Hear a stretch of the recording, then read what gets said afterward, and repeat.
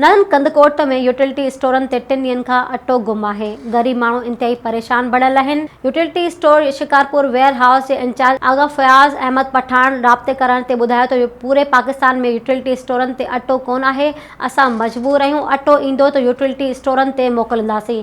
हिन वक़्त ताईं अटो दस्तियाब कोन आहे। ख़बर नाहे छो अटे जी सप्लाई बंदि आहे।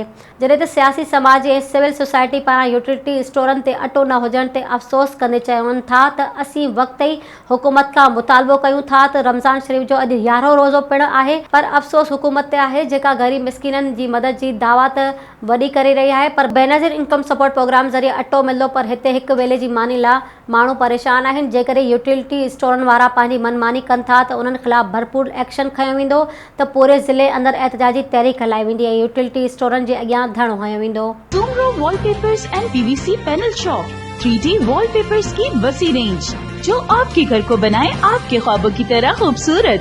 बेहतरीन क्वालिटी के वॉलपेपर्स और सीलिंग्स बेनज़ीर कलर्स और डिजाइन्स में दस्तयाब हैं।